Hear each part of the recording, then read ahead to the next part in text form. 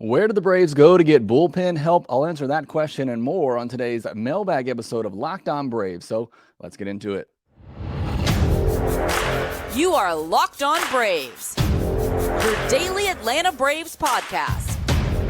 Part of the Locked On Podcast Network, your team every day.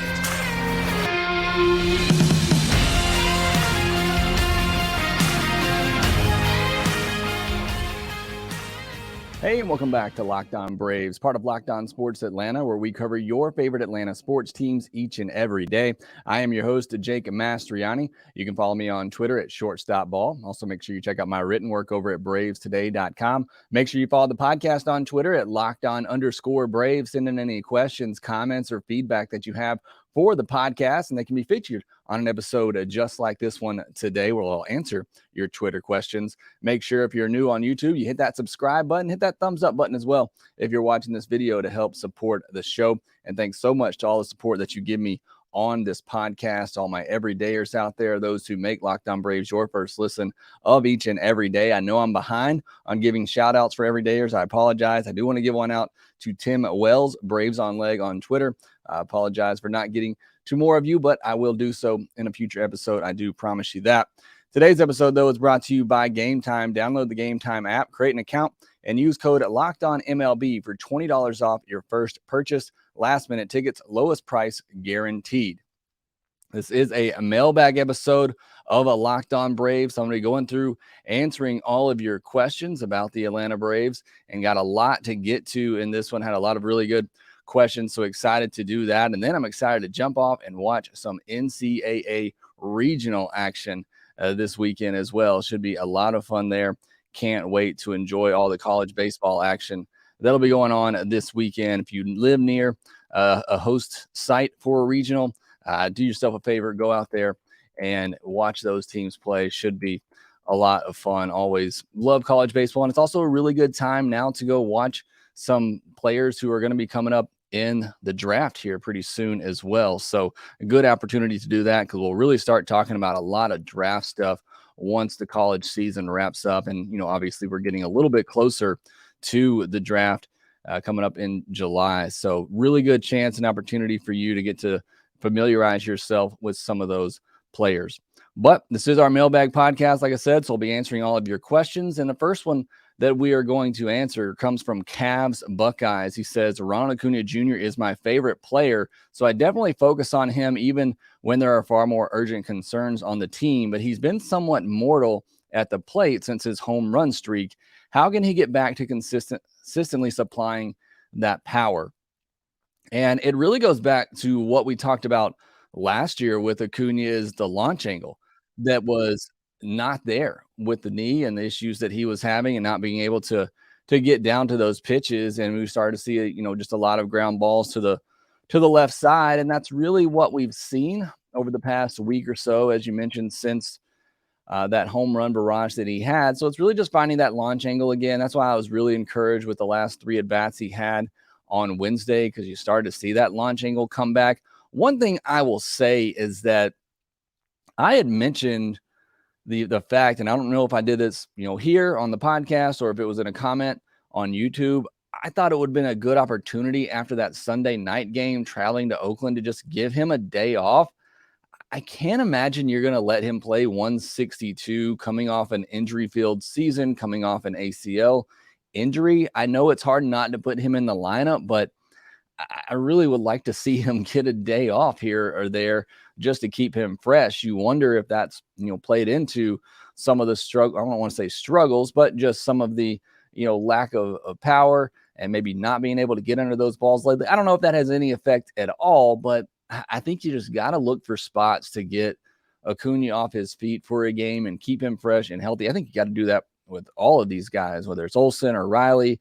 I think you got to look for spots to do that throughout the season. I know a lot of these guys pride themselves on playing 162, and it's hard to take them out of the lineup. But again, that may be a factor. I don't know. It may not be, but I just thought that would have been a good time to get Acuna off his feet out of the lineup after a late game Sunday, in a somewhat earlier game on the West Coast Monday. Obviously, offense wasn't there anyway on Monday for anybody. So I thought that was a missed opportunity. I know you got the off day on Thursday, but Thought that was a missed opportunity to get Acuna off his feet, let him rest up a little bit, and then see if he can get going again. But still, I liked what I saw in the last 3 at-bats in that Oakland series. Next question, Large Lar says, what is the status of the TV deal now that it seems MLB is running the Padres TV broadcast and Bally owned them also? So I had a lot of questions about this because Diamond Sports, who owns Bally, quit paying the Padres, and that's why they lost the rights to the Padres, and Major League Baseball had to take over. For those of you who don't know, then Major League Baseball set up a pay for a subscription service to watch the Padres games for viewers that you can do through the MLB TV app.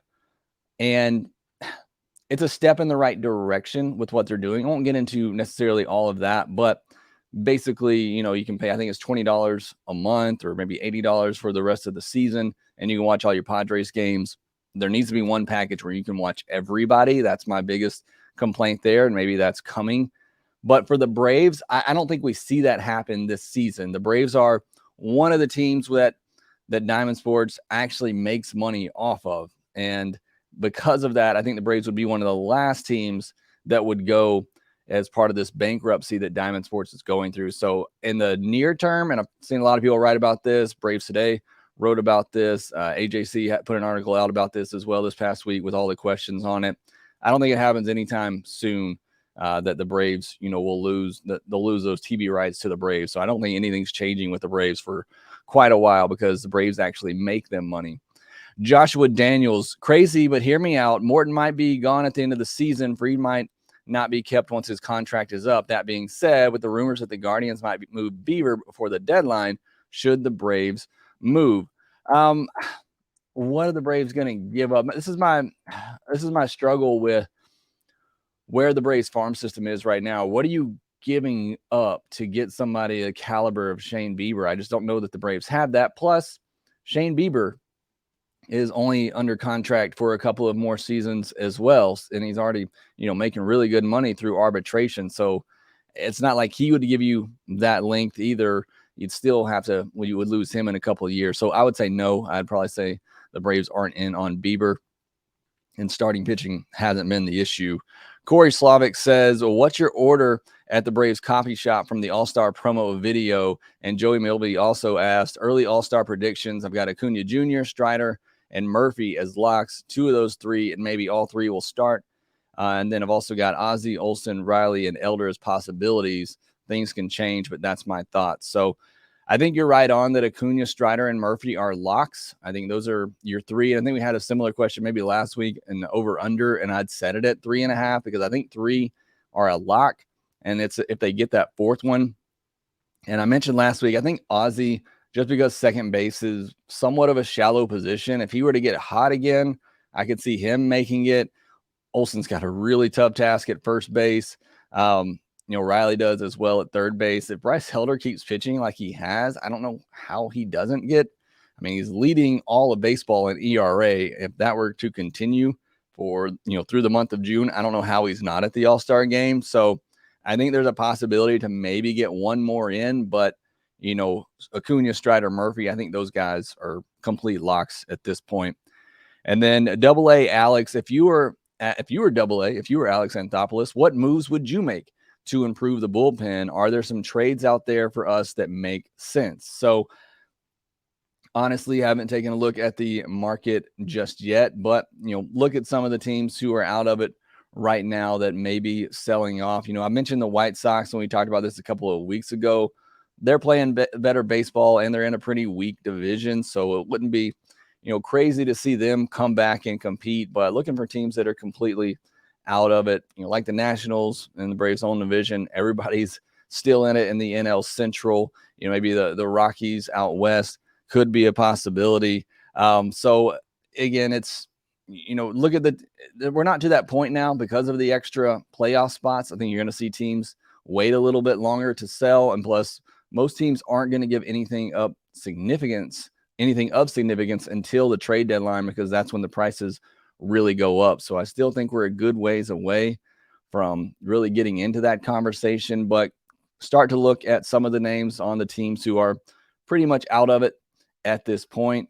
And then I think, obviously Oakland A's, they had some pretty good relievers who we saw there that maybe will be available. But look at some of those names. You want to share those in the comment section below on YouTube, and I'll comment on them there. But I still think it's a little too early to start looking at some of the bullpen pieces. But the Braves will do something. You think, look at the trade deadline Alex Anthopoulos had several years ago now, where you got Chris Martin, Shane Green, and Mark Melancon. I mean, there's always relievers that are going to be there. It's about finding the right, pitcher for the right price. But I think Alex will definitely go out and make some moves. We'll talk more about the bullpen here in the second segment. I got some more questions on that as well. But right now, I want to tell you about Gametime. Buying tickets to your favorite events shouldn't be stressful, and it's not when you use Gametime, which is the fast and easy way to buy tickets for all sports, music, comedy, and theater near you. They have great deals on last-minute tickets and their best price guarantee, so you can stop stressing over the tickets and start getting pumped up for all the fun you're going to have, just like I did at opening day after I used Gametime to buy myself some parking tickets at the last minute.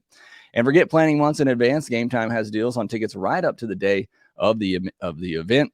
The Gametime guarantee means you'll always get the best price. If you find tickets in the same section and row for less, Gametime will credit you 110% of the difference. Download the Gametime app, create an account, and use code LOCKEDONMLB for $20 off your first purchase. Terms apply. Again, create an account and redeem code LOCKEDONMLB for $20 off. Last-minute tickets, lowest price guaranteed. Braves play the Diamondbacks on Friday night at 9:40 p.m. Eastern. So while you're watching all that regional, college baseball regional action, just tune on over to the Braves late night. It's two of the best teams in the NL. Actually, the Diamondbacks now have the best record in the National League. You can catch every pitch of the Braves' hometown broadcast with SiriusXM on the SXM app. Search Braves. All right, appreciate all the support that you give me this week on the podcast. Numbers have been just tremendous. The comments on YouTube have been great. Really enjoyed the discussions there. Thank you so much. If you did miss some of those shows, go back and give them a listen. Next week, we'll do it all over again with our Minors Monday, our Taco Tuesday segment, talking about the biggest stories in Braves country, Stat of the Day Wednesday, Through the League Thursday, and Mailbag Friday, like we're doing today. So thanks for all the support. Jump back into the questions here. This one from Brando. What would it take for Smith-Shawver to get a chance in the rotation? Good question here. And I think what it would take is obviously he has to show that he can handle, the major league role, just like Spencer Strider did last year. As much as I love AJ Smith-Shawver and I'm big on him, and he's my, he was my top prospect in the Brave system coming into the year. He is 20 years old, and you wonder about the mental side of things with the bright lights and that added deck in the stadium. How is he going to handle that adjustment? You got to see that first, and you got to see that he can handle it, that he, believes and knows that his stuff is good enough to get hitters out at this level. Once he proves that, with maybe 3 to 5 outings or so, and he can prove that and do it, over longer stints, maybe 2-3 inning stints, then at that point, it would take somebody in the rotation, falling back, because, at that point, Max Fried might be nearing a return as well. I think it would take Jared Schuster, as good as he has been since coming back, and he's been solid, and he's been a solid fifth starter. I could see him regressing quite a bit, especially if the walks continue to be a problem as they have been in his last 2 starts, and that kind of comes back. So it would take Smith-Shawver, first of all, proving that mentally, because I know physically and I know with the stuff, he has what it takes to get hitters out. He has to prove mentally that he can get it done, and obviously needs to have the results. And then it's probably going to take, either Soroka or Schuster kind of backsliding a little bit, opening up a spot in that rotation. Lovable Sports says, I was understandably distracted following the 2021 season, but why did the Braves sign Eddie over Jock? Not that he's the answer, but was it just because of the NLCS, or does Jock not play left field? A lot went into this. I was actually, on the side of signing Eddie Rosario over Jock Peterson. I just felt like Eddie could do a little bit more for you. I know he's not great defensively, but I do think he's probably better than Jock Peterson. And at that point, Eddie had one of the better arms in baseball as well. That has declined. And you just felt like Eddie was a more well-rounded hitter at that point, could hit both sides okay, obviously better against righties. So I was okay with that decision. Would have loved to have Jock back as well. Would have loved to have both of them back and Jorge Soler, but that's not the way things work. But I think that's more so why is that I think Eddie was just a more well-rounded hitter, and I think he was, better fit defensively because you had Ozuna as well. You knew was going to take up your DH spot. So I think that probably played more into why they went with Eddie, over Jock in that situation. Coach Gordon Bombay says, if the bullpen is healthy and if AJ Smith-Shawver does well, what do the Braves do with their active roster when Lee and Tonkin return? Any chance we get rid of McHugh or Jimenez? McHugh can't throw strikes anymore and has a 1.92 whip. McHugh, I talked about this when I detailed the bullpen not too long ago. McHugh worries me the most out of the relievers who were supposed to be, high leverage guys for the Braves. McHugh's the one that worries me the most. Don't know if the Braves would just outright cut him, but I think he's probably the worst right now of the group, which is unfortunate because he's supposed to be a big part of the back end of that bullpen. I think Tonkin, I think he could go. I think, he's done some good things for the Braves and he's looked good at times, but I think he would probably be on the chopping block. So I think McHugh would be one of those when he comes back. They could obviously play around with that and maybe keep him on the IL a little bit longer, but I think he's the one that could go. And then I do think McHugh is probably the worst. You can't get rid of Nick Anderson. You can't get rid of Jesse Chavez. Can't get rid of Raisel Iglesias. Can't get rid of AJ Minter, although he does have options. If he were to struggle by the time those guys are ready to come back, you could option him to open up a spot, but you need AJ Minter to be good. You need him from that left side. Again, we're talking about AJ Smith-Shawver. If he is good, then, that's where we're getting to this point. And then I think Kirby Yates has the potential. I think Joe Jimenez, has the potential, and I don't think they're ready to just give up on those guys. So, when Dylan Lee comes back, depending on the situation and how it goes, AJ Smith-Shawver could be the one to get optioned at that point. And then I think Colin McHugh could be on the chopping block, and I think they may just, DFA Tonkin at that point. Matt says, June is an easier schedule, but the next 6 games won't be easy. We'll be facing Merrell Kelly, Gallen, Scherzer, and Verlander in 4 of those games. This offense really needs to wake up, or we could easily lose 4 of 6. What is your confidence level going into these 2 series? So confidence level right now is not great. I mean, you just lost the series to the worst team in baseball. I think they were showing signs of the offense coming out of that as the series went on. And we know this offense is capable of waking up at any moment and putting up a big number. So, I'll go out and say I'm not very confident in this team at this moment. Do I still think they're a very good team that could win the division, get into the postseason, win the World Series? Yes, I want to be very clear about that, because some of you think just because I get upset about a game or speak passionately about them, playing bad in a particular game, thinks that I think all hope is gone. That is not the case. I want to be very clear. I think this is a very good team that could certainly win a World Series if everything's clicking. But at this current moment, and I do a podcast every day, so I talk about what's going on in this current moment in time, I don't have a lot of confidence in this team at this moment. They just haven't consistently played good baseball. Diamondbacks are one of the hottest teams in baseball right now, and I've won 6 in a row, and they have the best record in the National League. So you're getting them at a very hot time. The Mets have won 3 in a row. They just swept the Phillies, and Verlander and Scherzer are starting to pitch like Verlander and Scherzer. So you're right. This is going to be a very difficult, next 2 series for the Braves. But the Braves are a good team, and they just got to start playing like it. But if you're just asking my confidence level going into these 2 series, I'm not very confident at the moment. But that could all change very quickly. We know how good this team can be, but hopefully this wakes them up, playing some good competition, some good teams, as they, did a lot in May. But they gotta wake up at some point. It's June. It's getting warmer. Hopefully that's going to help out the bats a little bit. But the question was, what's my confidence level? It's not very high, to be completely honest. It's not very high going into these 2 series. So hopefully that changes. Even with where they're playing right now, if you go 3-3 in this stretch, I think that's, solid, especially if 2 of those come against the Mets. But again, they're capable of winning both of these series. I think, playing their best, I think they're better than both of these teams. But just right now, haven't been playing their best baseball consistently enough. Acuna's Neck Tat says, what do you like for the challenge system? I haven't read much about what they're considering, but I think something like the batter having 3 seconds, no signaling from the dugout, 1 per inning for each side. So this was, I don't even think this was a response to the mailbag question, but this was something that was asked to me on Twitter, because there was a terrible call in the Angels-Astros game on Thursday night that really just completely flipped that game. I mean, it wasn't even a close pitch.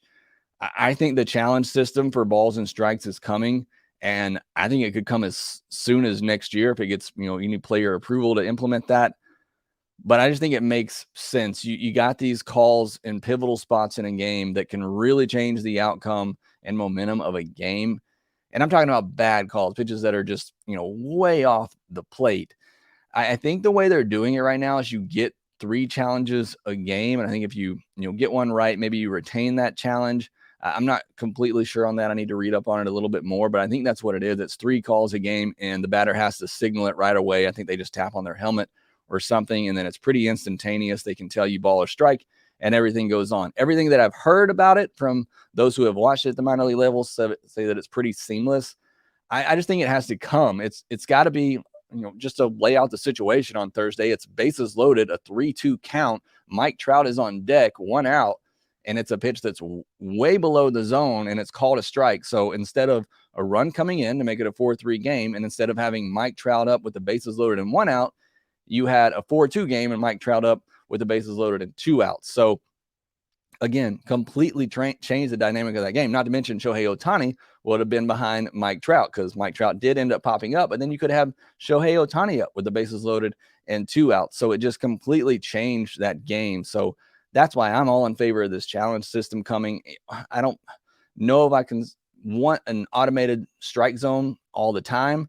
It takes away a little bit of what the catchers do and their framing, and they can be so good at that. But I do think that there needs to be a challenge system for some of these calls that are just terrible. And we've seen it a lot with the Braves this year. The ball's in the shadow zone, just off the plate, just outside of that box that you're seeing on TV, which is not always accurate. Those I can live with, but it's the ones that are 4, 5, 6 inches we've seen this year off the plate. Those, you got to have some sort of challenge system for that, again, especially in such big spots. Double Tap says, Braves have had the lead since day one. How many teams have ever started the season at number 1 and held that spot until the World Series? Just curious if you know. I do not know. If you know that, feel free to let me know in the comment section. I'm sure there are plenty of teams. I know there are plenty of teams who have, been first in their division from the start and all the way through, but doing that and then all the way through the World Series, that I'm not sure on. Maybe I'll try to go back and look at that while I'm watching some regional games this weekend. But a good question, and if you know, let me know down in the comment section because I would love to know that. And then Joey Milby, last one here, says, once Max resumes baseball activities, is it reasonable to think he is a month away? Once you hear that he's throwing a bullpen, he's throwing off a mound, then you're probably 3 to 4 weeks from him returning, because then you're talking about him going out on a rehab assignment. Then he's got to build that strength back up.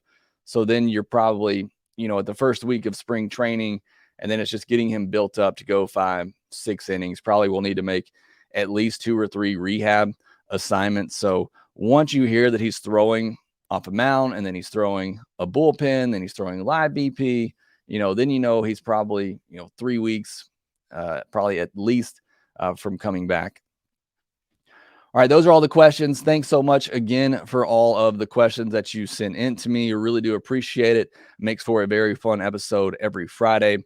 On a Friday night, it'll be Charlie Morton versus Merrell Kelly. Charlie Morton, he's been giving the Braves length. He's getting swings and misses. He's getting strikeouts, but he's given up a lot of base runners. And I didn't even realize how bad it was in the month of May until I was going over the league leaders for the month of May and looking at some of those who were the worst in May. And Charlie Morton wasn't the worst, but a 1.55 whip in May, not very good. 32 hits in 28 1/3 innings and 12 walks.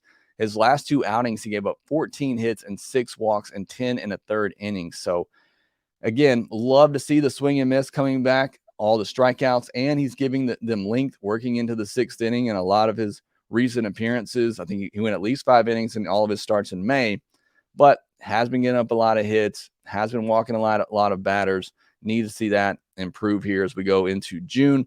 And then Merrell Kelly, it's a tough weekend. You're facing Kelly, who was one of the best pitchers in May. He had a 2.59 ERA at 0.83 whip. He has not been giving up a lot of base hits and walking a lot. 31 1/3 innings, 39 strikeouts, and 7 walks in the month of May for Merrell Kelly. He's gone at least 5 innings in his last 10 starts.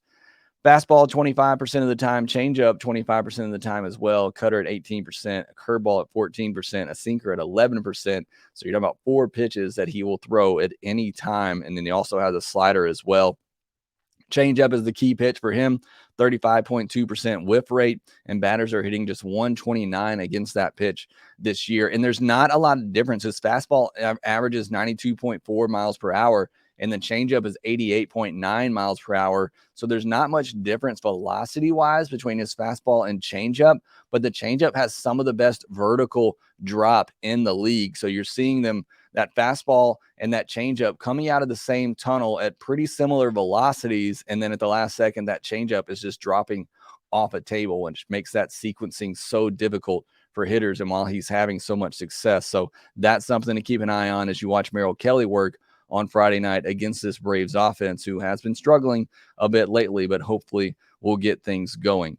Again, the Braves play the Diamondbacks on Friday night at 9:40 p.m. Eastern. It's Charlie Morton versus Merrell Kelly. Catch every pitch of the Braves' hometown broadcast with SiriusXM on the SXM app. Search Braves. And I've gone back and I'm looking for my everydayers in the comments section. So hopefully my everydayers are following until the end of the episode. I got T. Cooley says he's an everydayer. Looking forward to the month of June.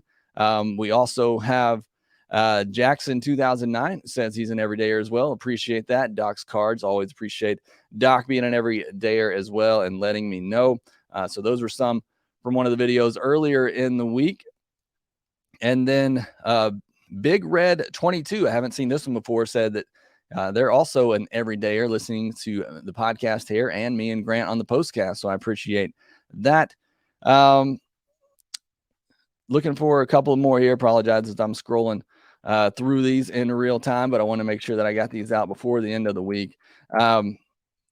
Again, always thank you to my everydayers out there who are letting me know. Jimmy Davis says, I enjoy your podcast every day. So I appreciate that from you, Jimmy. Thomas Cooper says, I look forward to your coverage every day. And this is really my favorite Braves coverage to listen to right now. So I appreciate that, Thomas. Thank you so much. Make your life easier. I appreciate it.